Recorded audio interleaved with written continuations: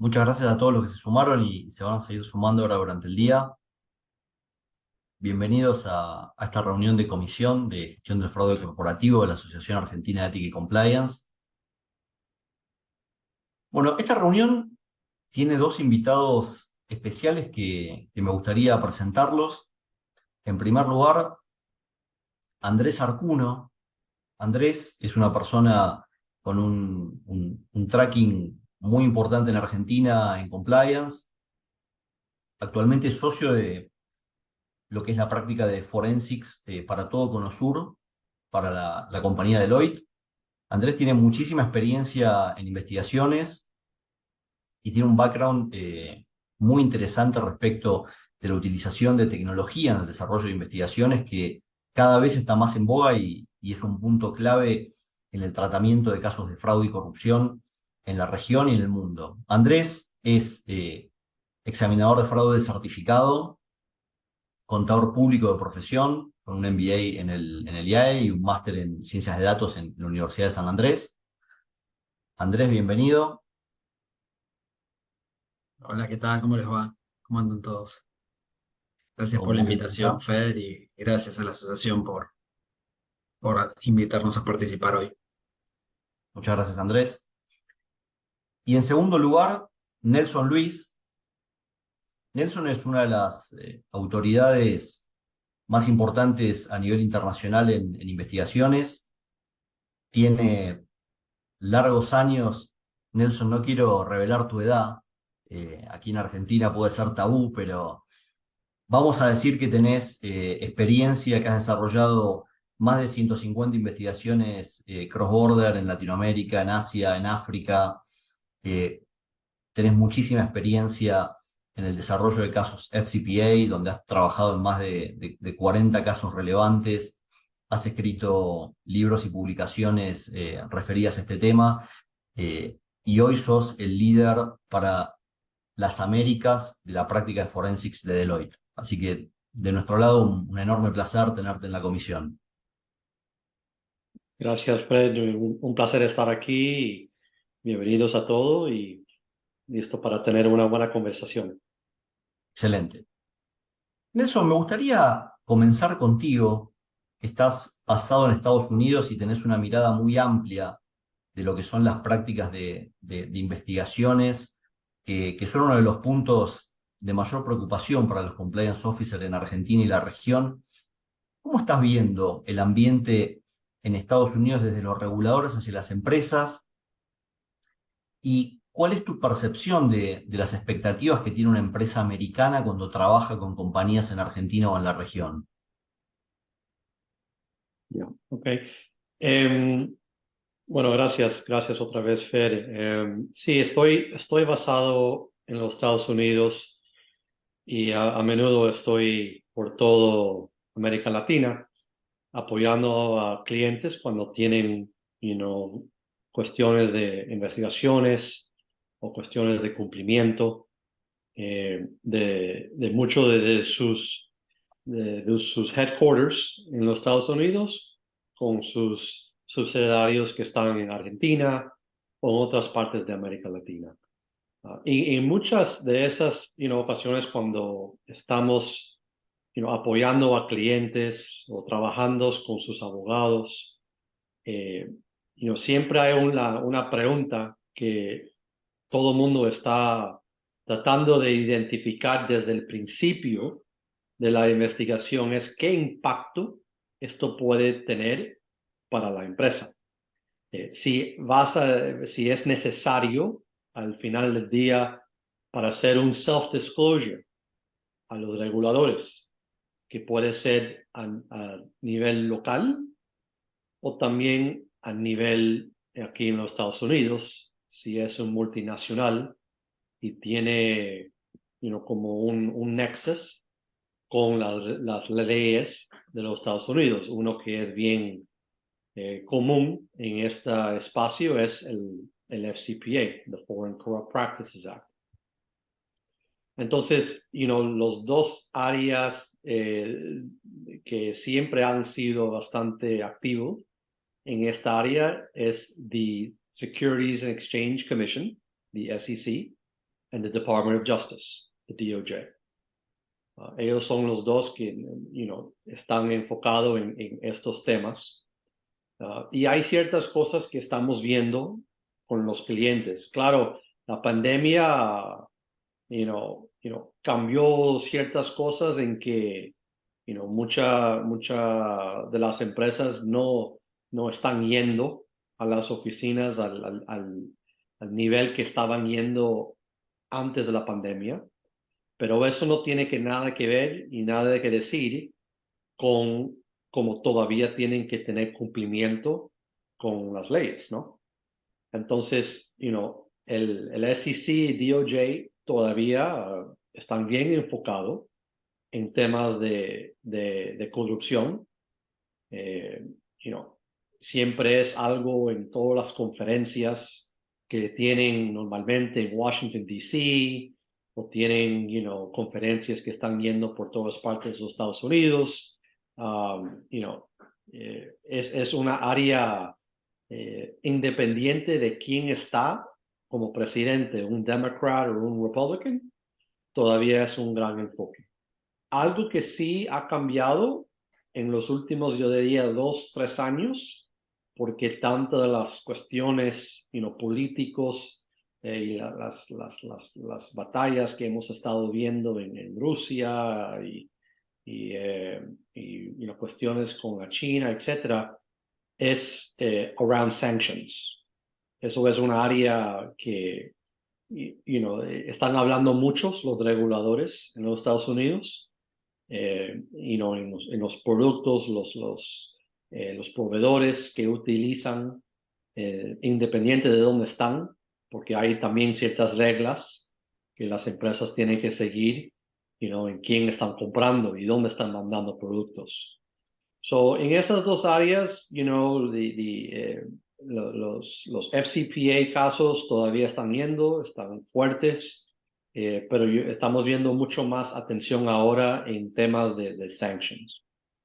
Algo que yo creo que sería bueno para este grupo que tenga en cuenta es que en los últimos yo creo que son en los últimos 6 meses, the DOJ ha publicado información que está en los sitios de web del DOJ, o lo puedes buscar por Google. Ellos han escrito algo que se llama Evaluation of Corporate Compliance Programs. Las evaluaciones de los programas de cumplimiento de empresas. Y ha sido bien útil porque, ellos tienen en sus publicaciones, te dan ejemplos bien concretos en cómo los reguladores anticipan los oficiales de cumplimiento de las empresas o de auditoría interna y otros, cómo deben estar manejando sus programas de cumplimiento. Y hay 3 áreas en particular en esos documentos que ellos hablan acerca de cómo está diseñado el programa. Número 2 es si el programa es efectivo. ¿Qué tipo de procedimientos se están haciendo para estar seguro que todo está manejando en cumplimiento con sus políticas? Y número 3, ¿qué tipo de cosas se están haciendo en práctica día a día para estar seguro que está bien efectivo el programa? Les recomiendo que todos miren ese documento. Otra vez, solo puedes meter un Google Search. Y es como un documento, lo estoy mirando aquí, es 21 páginas. Y te da muchos ejemplos de cosas que deben estar haciendo con sus programas de cumplimiento. Es importante porque cuando tienes una empresa que si tienen un problema un día y tienen que trabajar con los reguladores, ellos van a mirar este documento y van a estar, yendo punto por punto, preguntando a la empresa si ellos hicieron esto, si esto hicieron lo otro, todo relacionado con ese documento. Y la última cosa que yo creo que es interesante es, en la primera vez, el DOJ ahora ha publicado había un documento bien conocido en el mercado que se llama The FCPA Guide, que es un documento de, creo que es más de 150 páginas, y es como la Biblia, hablando del tema de anticorrupción y la ley de FCPA. Pero ahora lo tienen en español. Entonces, si es algo que no lo has visto, sería algo bueno que lo puedes revisar y también lo puedes mandar a sus empleados o los que están involucrados en relaciones con el gobierno. Eso es una diferencia muy, muy buena. Con eso paro, Fer, para poder seguir. No, excelente, Nelson, las reflexiones.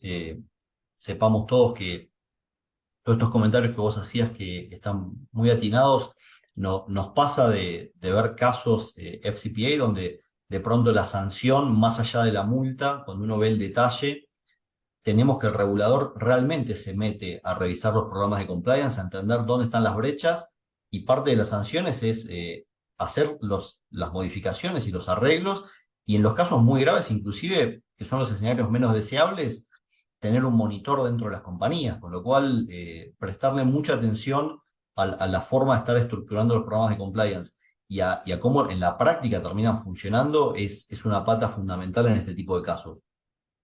Nelson, y yendo por ahí a un terreno inclusive más práctico, enfocado a investigaciones, cuando tenemos un caso en el que una compañía identifica un soborno en Argentina o en la región y por la naturaleza del caso sabemos que tiene exposición FCPA, con tu mirada desde Estados Unidos, ¿cuáles son los desafíos y recomendaciones que vos entendés que una compañía tiene que abordar desde el día uno para que las investigaciones puedan avanzar de forma adecuada, pensando en esa exposición que vamos a tener a un mercado tan complejo como es Estados Unidos?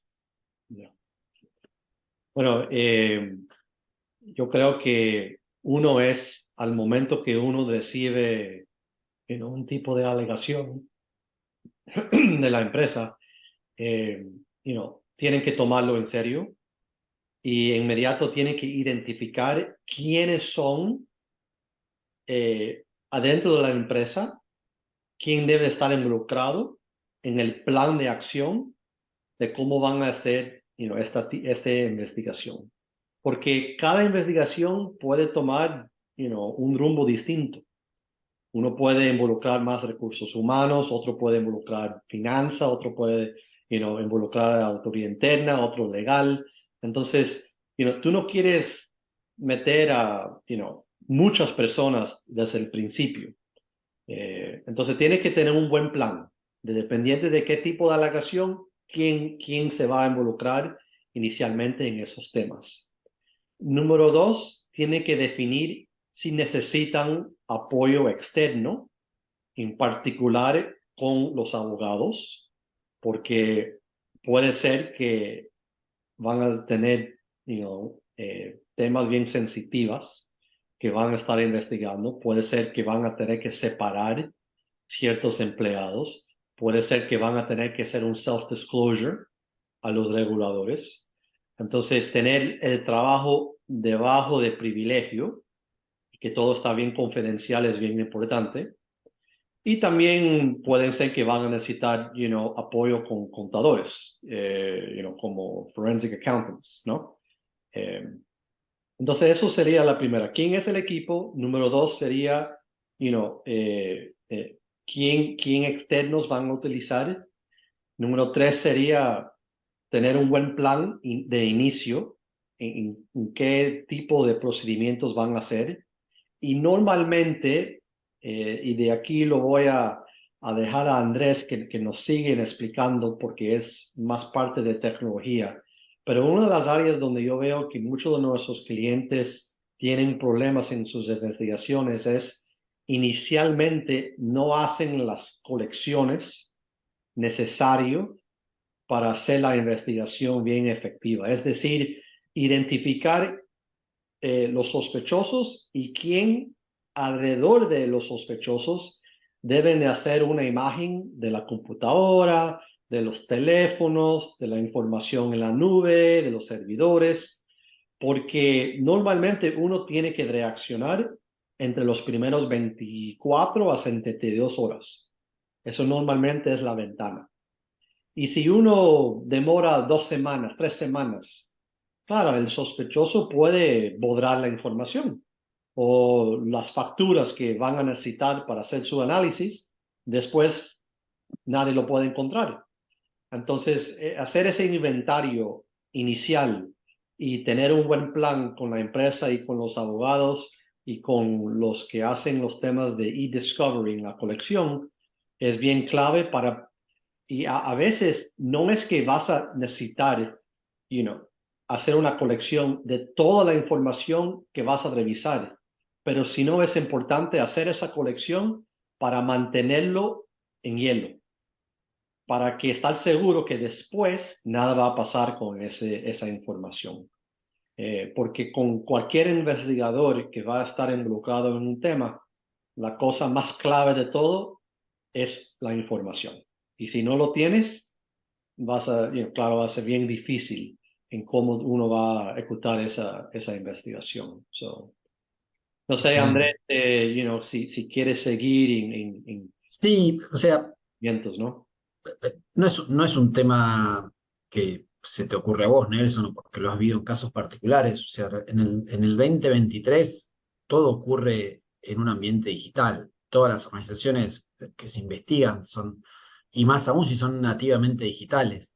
Por lo cual, acá el primer desafío, además de, bueno, quiénes son la lista de los potenciales involucrados o los que podrían llegar a tener información relevante para la investigación que quieran realizar, en las organizaciones a veces el desafío es cuáles son todos los sistemas que tiene la organización, y a veces eso no es tan sencillo. Porque una cosa es el ERP, el sistema de gestión, pero también hay un montón de sistemas satélites o mismo las laptops que nos interesan, no solamente las laptops actuales, sino la laptop que entregó el CEO porque se la cambiaron hace 6 meses o el celular anterior, por lo cual todo eso, ese conjunto de posibles fuentes de información, es súper relevante hacer ese ejercicio, pero porque estamos en el 2023, no estamos en 1990 ni a principios ni en el 2010, les diría que todavía había mucha información en papel.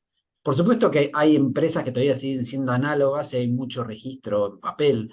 Si vamos a una planta, seguramente la balanza donde se pesan los camiones que ingresan y salen de una compañía o el ingreso y egreso del personal todavía sigue siendo un sistema análogo y es una planilla, pero la mayoría está en lo digital y ahí es donde vamos a poder encontrar alguna pista.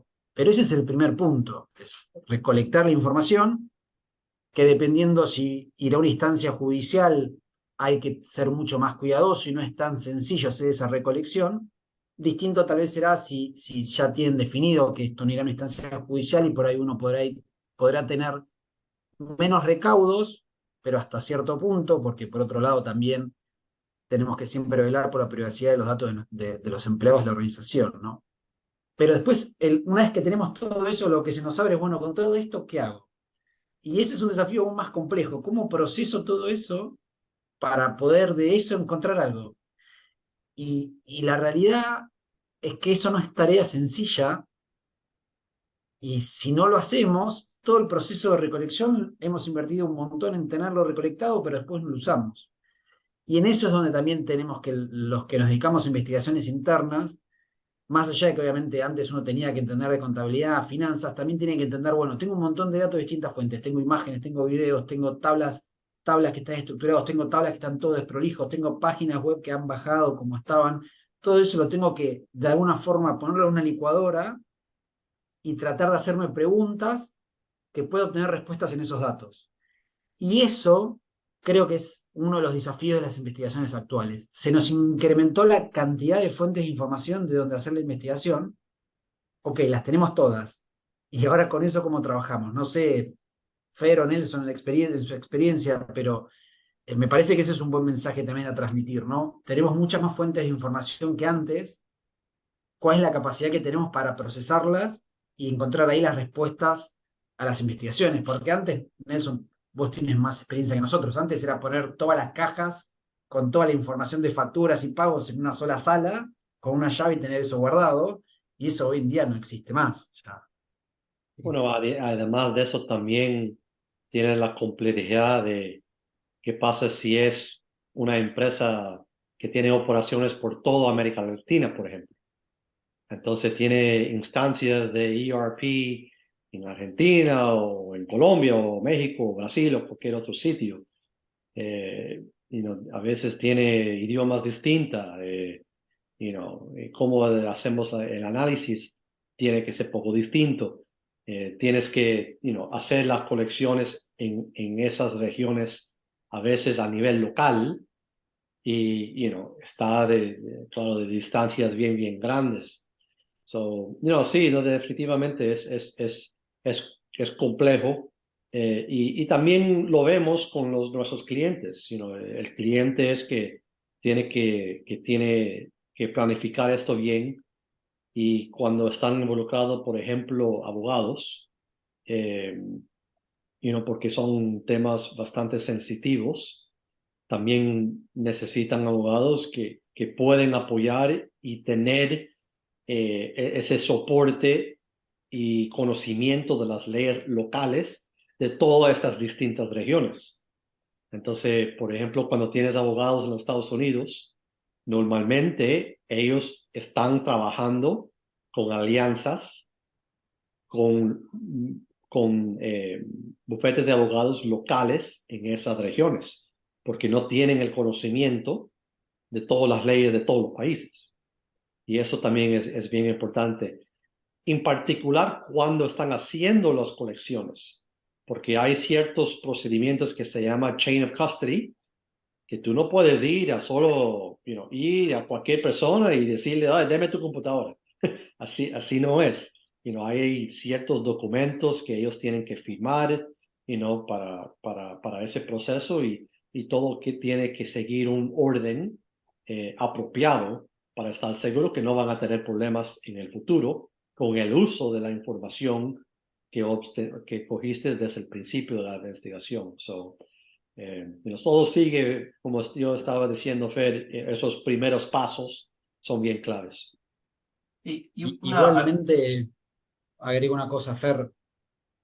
Imagínense que la necesidad es una organización de Estados Unidos que está viendo que puede estar ocurriendo algo en algún país de la región, pero tiene operaciones en todas las regiones, por lo cual hay que tener la capacidad de hacer la recolección de la información en todas las regiones, procesarlas, disponibilizarlas en una flota plataforma, que esa plataforma después, quienes van a acceder pueden ser tanto abogados que están en Estados Unidos, los abogados que están en Argentina, los investigadores que están en Estados Unidos, los investigadores que están en Argentina, y por supuesto lo que se maximiza es el uso de la nube y de poder acceder a toda la información de manera remota y procesando esa información. Hoy en día es difícil conseguir una investigación cuando abarca una región, o sobre todo si estamos hablando de investigación de FCPA, que no se lleven esos términos, poco para la mayoría de los que están hoy acá presentes. Algo que es más que importante lo que mencionaban, y me quedo ahí con esos dos temas principales, los cuidados necesarios, la cadena de custodia a la hora de tomar esa información, porque tomarla de forma inadecuada lo que hace es ensuciar la prueba y básicamente cuando uno tiene una prueba que está contaminada ya no la puede usar cuando va a un tribunal. Ahora, luego, cuando tomamos la prueba de forma adecuada, y lo mencionaba Andrés antes, hoy estamos hablando de una cantidad muy grande de terabytes de información, con muchísima información desestructurada, correos electrónicos, chats, PDFs, documentos Word, un montón de información que es muy compleja de ser revisada. Y al mismo tiempo son casos que tienen mucha presión de tiempo. Uno tiene que poder rápidamente entender qué sucedió, cuáles son las mejores evidencias y tomar decisiones. Desde el punto de vista tecnológico, Nelson, ¿cuáles son las tendencias que vos ves hoy desde Estados Unidos, que las compañías están cada vez adoptando más rápido para poder darle un approach tecnológico y al mismo tiempo muy seguro al tratamiento de esta información? Bueno, hay ciertas herramientas a nivel global que son bastante conocidos. Le doy dos ejemplos, uno que se llama Relativity, otro que se llama Reveal.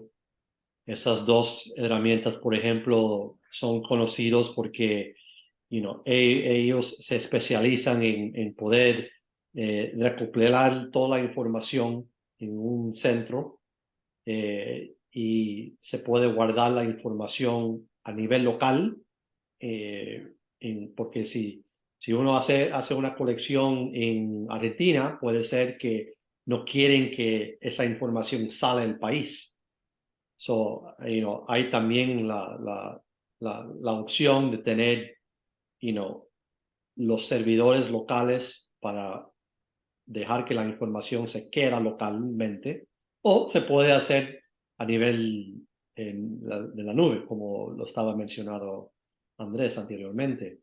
Pero cualquier modo, la herramienta es lo mismo, y lo que estamos viendo es cuando uno está haciendo estas investigaciones, teniendo acceso a estos tipos de tecnología, es más como el estándar para investigaciones más complejas. No estoy hablando de una investigación de una persona de 3 meses. Estoy hablando de cuando hay bastante personas, puede ser que es más que un país involucrado. Estás hablando de información de 3 años, 5 años, 7 años para atrás. Hay muchos correos electrónicos, documentos de Word, Excel, PowerPoint, todo eso. Hay que tener una habilidad de analizarlo rápido. Y en estos tipos de herramientas tú puedes coger toda la información, poniendo todo adentro de lo que yo llamo una batidora, y entonces le puedes aplicar ciertos términos claves que pueden ser genéricos, pueden ser bien específicos del tema. Y es decir, si tú tienes 10 millones de correos electrónicos de 10 personas que tú hiciste una colección, tú aplicas esos términos claves a la población para reducir los números de documentos que el equipo tiene que revisar. Entonces, en vez de ser 10 millones, puede ser que ahora son 20,000, por ejemplo. Y entonces después, estas herramientas te dan la habilidad de crear una plataforma unificada para que uno pueda tener revisores de cualquier país, todos los Estados Unidos, Argentina, México, no importa. Todo el mundo puede tener acceso al mismo herramienta y están haciendo la revisión de toda la información a la misma vez, poniendo ciertos códigos de cada documento que están revisando. Por ejemplo, es bien relevante, no es relevante, o necesitamos más información de este documento. Y cuando tú tienes 3, 5, 10 investigadores haciendo esa revisión a la misma vez, después de unos días, tú puedes hacer un reporte para ver cómo ha sido la revisión de esos documentos. Y puedes hacer filtros de toda esa información, claro, para sacar los documentos más claves que entonces los investigadores pueden utilizar para diseñar sus preguntas para una entrevista. Y normalmente es la parte más clave de toda la investigación, es esa entrevista. Pero antes de esa entrevista tienes que hacer una buena revisión de esta información, y estas herramientas es una manera para hacer la revisión más eficiente, más rápida.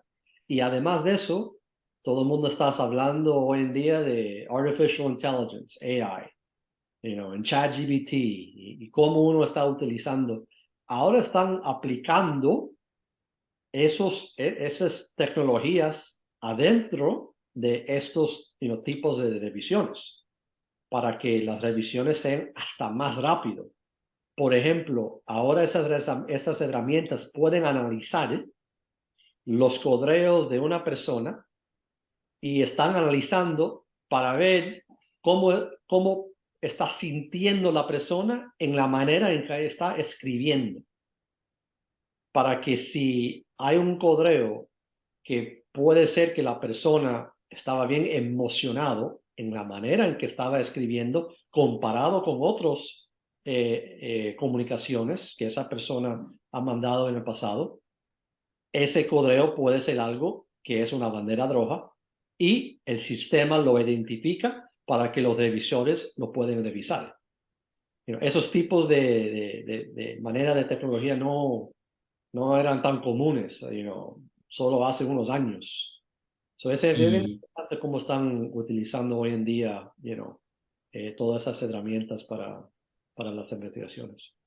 y Nelson, va a pasos muy acelerados, a tal punto que cuando empiezan a leer, a etiquetar, como decía Nelson, o taguear documentos que eran relevantes, las propias plataformas empiezan a volver a buscar sobre todo ese universo de documentos que estaban sujetos a investigación y te sugieren, ¿por qué no ves este documento? Yo hoy a la mañana hacía referencia a eso en un posteo en LinkedIn, pero básicamente de la misma manera que nosotros vemos por algún servicio de streaming hoy en día, vemos una película y a los 2 días nos sugieren, como te gustó esta película, te sugerimos que veas esta otra o esta serie, o en las mismas tiendas online. Otras personas como vos, cuando compraron esto, o cuando vieron esta otra cosa, este tipo de plataformas también empiezan a sugerirte, ¿por qué no mirás este otro documento? Porque habíamos tagueado este documento como relevante o esta otra comunicación.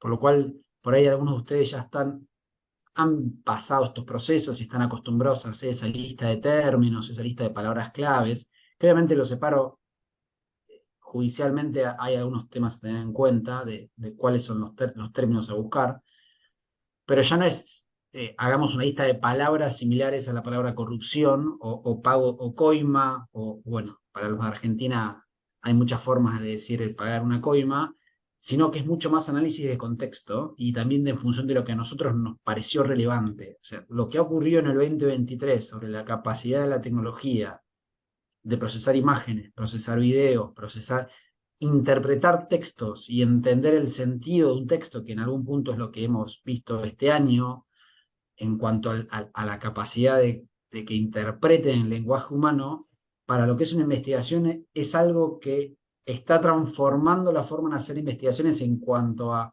la agilidad que nos da poder utilizar estas plataformas, porque después todo lo nuestro se traduce en algún texto que escribimos o en un correo que lo escribimos de una forma distinta y que lo que está detrás de ese correo en realidad es que están conversando, que quieren ver la manera de influenciar a un funcionario público. Sí, es muy interesante cómo se está desarrollando esto y especialmente cuando lo comparamos hace, no 20 años, hace 5 años atrás. La tendencia que se ve hoy es que vamos a tener la posibilidad de hacer investigaciones más rápidas, pero con un contenido de tecnología mucho más potente, y eso a su vez genera brechas en las compañías, las que tengan acceso a eso versus las que no, y genera también un escenario donde empieza a verse con mucha claridad que no podemos especializarnos en todo desde las empresas. Las áreas de compliance tienen mucho bajo su paraguas y buscar esas alianzas estratégicas es un punto clave para poder, digamos, navegar este tipo de complejidades. Te doy otro ejemplo que creo que también es clave, porque yo entiendo que tenemos muchos en esta llamada del área de cumplimiento. En áreas donde uno está revisando sus programas de cumplimiento, realmente uno debe de estar haciendo un tipo de transaction testing. Eso puede ser como parte de una investigación o solo parte de la revisión de tu programa. Los días voy a hacer una muestra, a random sample, esos días ya han pasado.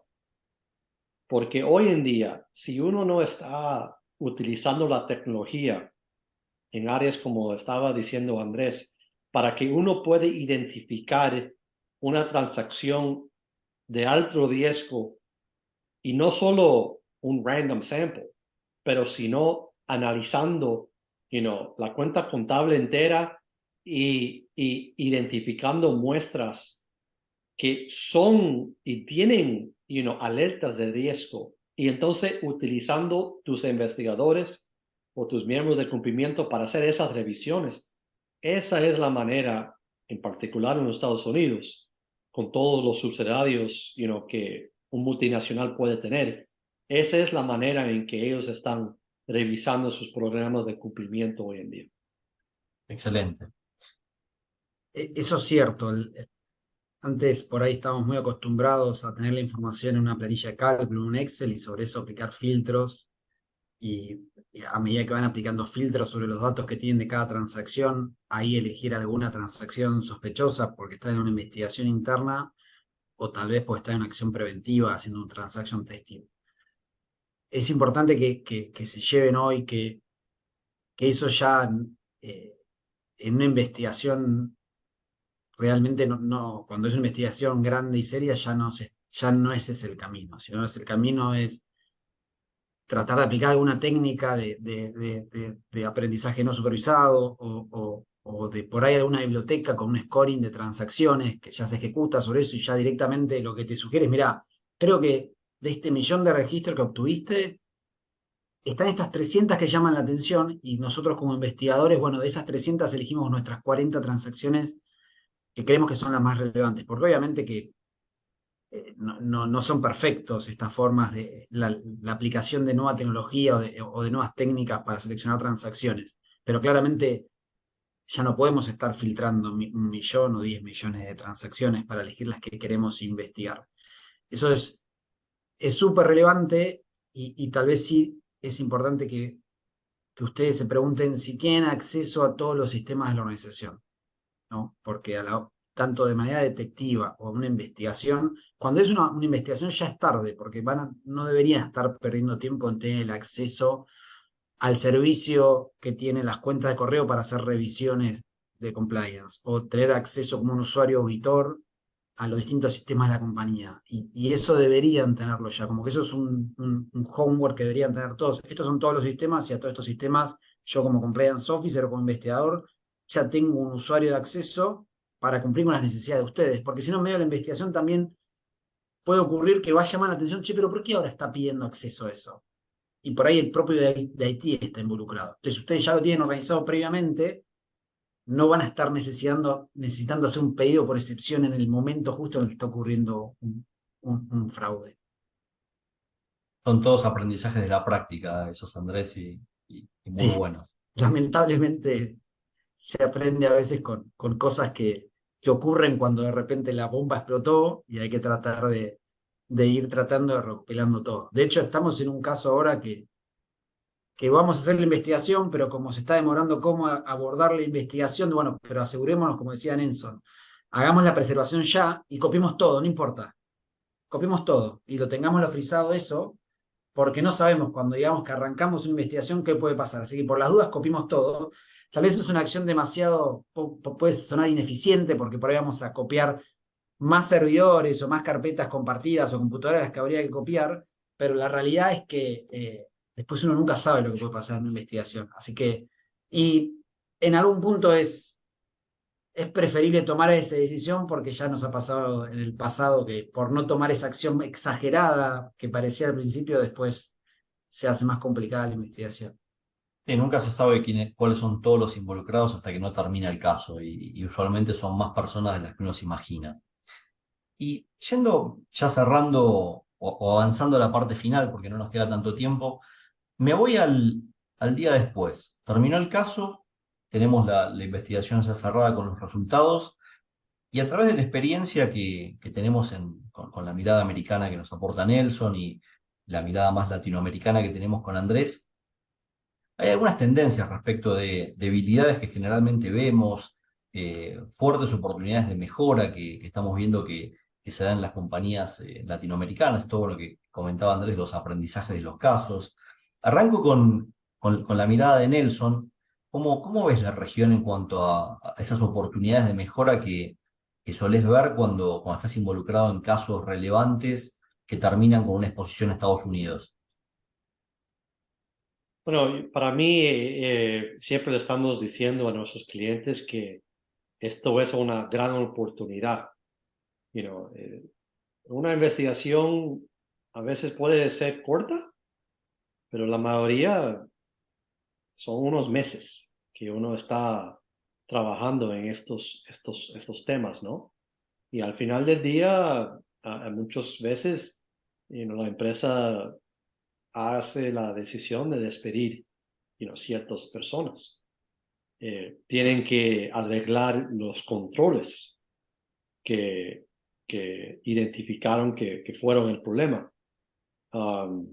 Entonces, lo que yo siempre estoy viendo con los clientes y le estoy diciendo es no pierden esa oportunidad de hacer un tipo de entrenamiento a los empleados para que ellos entiendan lo que pasó y cómo la empresa tiene su código de conducta y cómo ellos sí tomaron esto en serio y la gente puede ver que hay consecuencias si uno no sigue el código de conducta, cómo han enforzado los controles y cómo han hecho cambios.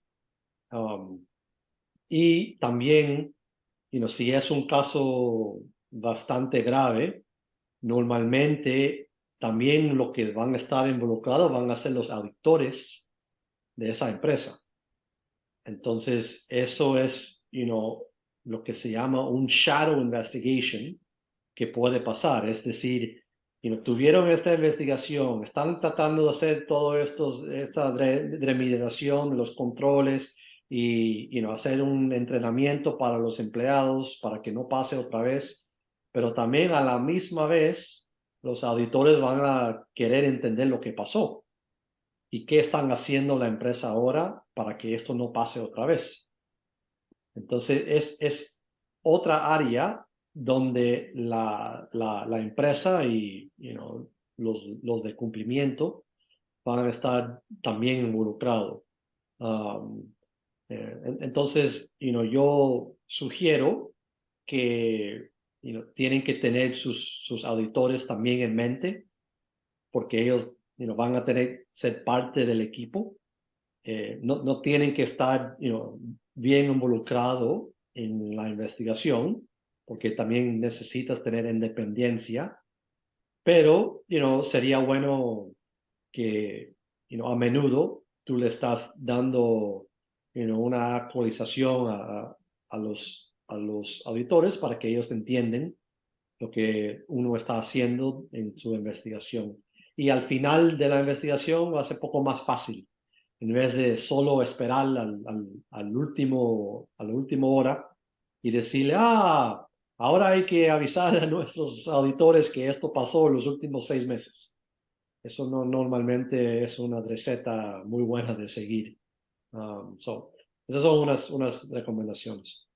Muy bueno, Nelson.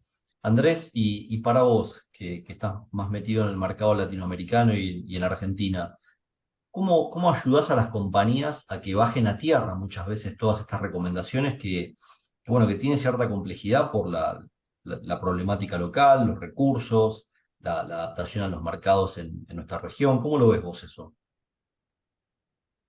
Es desafiante, porque siempre a un punto los recursos son limitados y uno tiene que tratar de ver cómo distribuirlos.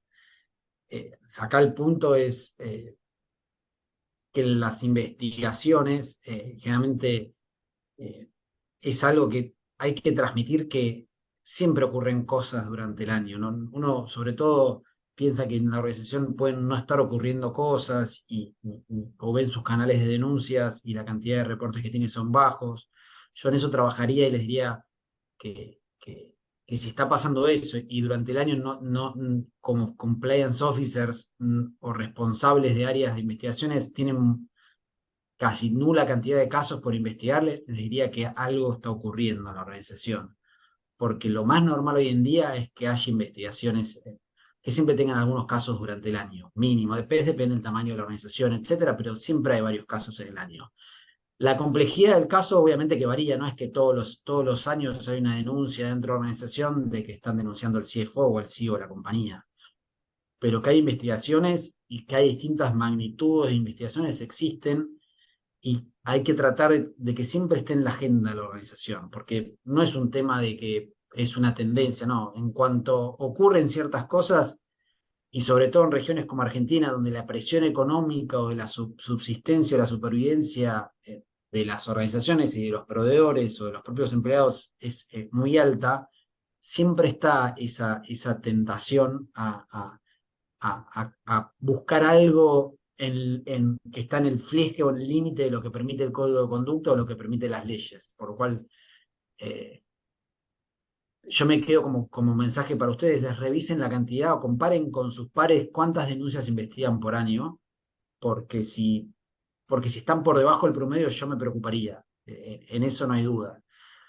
Después, si el tema es complejo, yo trataría, está sesgado lo que estoy diciendo, porque obviamente yo me dedico a vender este tipo de servicios, pero cuando el tema es muy complejo, no importa con quién, pero traten siempre de buscar algún tercero que los acompañe, porque recuerden que no solo lo que hagamos en una investigación va a estar bajo escrutinio, obviamente, de los dueños de la organización, de los directivos, del denunciado, de los accionistas, de los proveedores, de los clientes, de la justicia, y como decía Nelson, hasta de los propios auditores externos, porque por ahí esa denuncia puede afectar la materialidad en los estados contables. Por lo cual, cuando el tema se empieza a complejizar, traten de por lo menos frenar un minuto y pensar si no necesitan asistencia o de un abogado o de alguien que se dedica a hacer investigaciones, ¿sí? Que son cada tanto. Después hay un montón de investigaciones internas, que era como les decía, si no están teniendo investigaciones internas, algo está ocurriendo que no se están denunciando. Muy bueno, Andrés. Bueno, avanzando un poquito más, estamos ya para trabajar con algunas preguntas, reflexiones que nos lleguen a través del chat.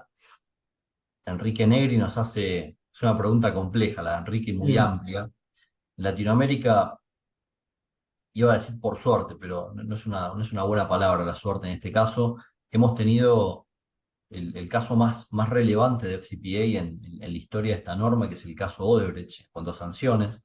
Y Enrique nos pregunta cuál es nuestra opinión respecto del caso Odebrecht. Estamos con algunos minutos, así que va a ser una opinión muy a modo de bullets. Arranco primero con Nelson de Estados Unidos. ¿Cómo viviste, Nelson, el caso Odebrecht desde mi punto de vista, un hito histórico, que es la investigación prácticamente conjunta entre la justicia americana y una justicia latinoamericana? La verdad es que es un escenario que no lo imaginábamos hace tiempo en la región y yo creo que es de algún modo un cambio de ciclo importante en esta materia. Anticipando que vamos a tener más, porque claramente ese caso, como tú dijiste, abrió los ojos de muchos. Hubo muchos cambios. Es bien conocido, involucró muchas empresas, no solo en Brasil, pero por toda América Latina. Y es, como un ejemplo. Es común estar en una conferencia en los Estados Unidos y ellos hablan, los reguladores de ese caso. Y yo creo que si hay algunos en esta reunión que son brasileros, yo creo que uno, porque yo también voy a Brasil y tú puedes sentir cómo ha cambiado el clima de temas de cumplimiento antes y ahora después de ese caso. Entonces, yo creo que fue muy bueno porque, la corrupción no es buena, ¿no? Es el propósito de estas leyes. Eh, y tú tienes las leyes locales en los otros países que siempre tienen, ese caso atrás de sus mentes. Y, yo pienso, diciendo de mí personalmente, que no sé si vamos a ver otro caso, del nivel de ese caso, porque, los sanciones fueron en los billones, ¿no? Pero esta relación, con los Estados Unidos, con Argentina o de Colombia o de México, eso ya existe. Y mucho de eso empezó porque de este caso. Muy bueno, Nelson. Andrea, reflexiones finales. Yo creo que me sumo a Nelson, básicamente sepan hasta dónde se puede llegar una investigación, ¿no? Como que por ahí a veces estamos muy en el día a día de Argentina, de muchas cosas que tienen otras magnitudes, pero está bueno como el que no está al tanto del caso, le sugiero que lo estudie, aparte porque muchos de los esquemas de corrupción se repiten y se reciclan, no es que alguien es creativo, por lo cual también sirve como una biblioteca de, no solo ese caso, ¿no? Si todos los casos que han ocurrido, yo les sugiero que traten de entender cómo fueron los esquemas, porque es algo que se va repitiendo, no es que cada vez que hay un nuevo caso de corrupción alguien fue muy creativo en cómo hacerlo, la realidad es que se repite bastante. Así que yo lo tomaría más como eso, ¿no? Como una librería para que nos ayude en las acciones preventivas y para no olvidarnos hasta dónde puede llegar una investigación, ¿no? Y por qué es importante cada vez que nos pregunten, pero ¿por qué hay que investigar esto? ¿Por qué hay que hacer esta capacitación? ¿O por qué hay que controlar a mis proveedores? Por esto, porque si no nos puede pasar esto. Y la última que quiero mencionar de esto es que para que todos también entiendan, ese fue un caso bien público. Está por todas partes, ¿no? La mayoría de todos los casos no son públicos. Son, adentro de la sala de conferencia, con la empresa y los reguladores. Y hay, un self-disclosure que la empresa está haciendo y están hablando de sus programas de cumplimiento y qué van a tener que ahora hacer para estar seguro que esto no pasa y hay una multa, pero no llega al nivel público como ese caso. Y la mayoría son así. Es una muy buena reflexión esa, Nelson. Vemos una parte del iceberg, pero debajo del iceberg hay mucho más material jugoso y que realmente tiene mucho impacto en los negocios en la región. De mi lado, bueno, agradecerles primero a todas las personas que han participado, que se han quedado hasta el final. Espero que haya cubierto expectativas y estamos, por supuesto, Nelson, Andrés, en mi caso como director de comisión, siempre a disposición para conversar sobre las inquietudes que tengan y me gustaría agradecer especialmente a Nelson y a Andrés que generosamente se sumaron a esta actividad para compartir conocimiento y tener una charla un poco entre amigos y contarnos cómo ayudarnos entre todos para lidiar con estos temas tan relevantes para los compliance officers. Gracias. Un abrazo para todos. Gracias. Hasta Chao, luego. chao.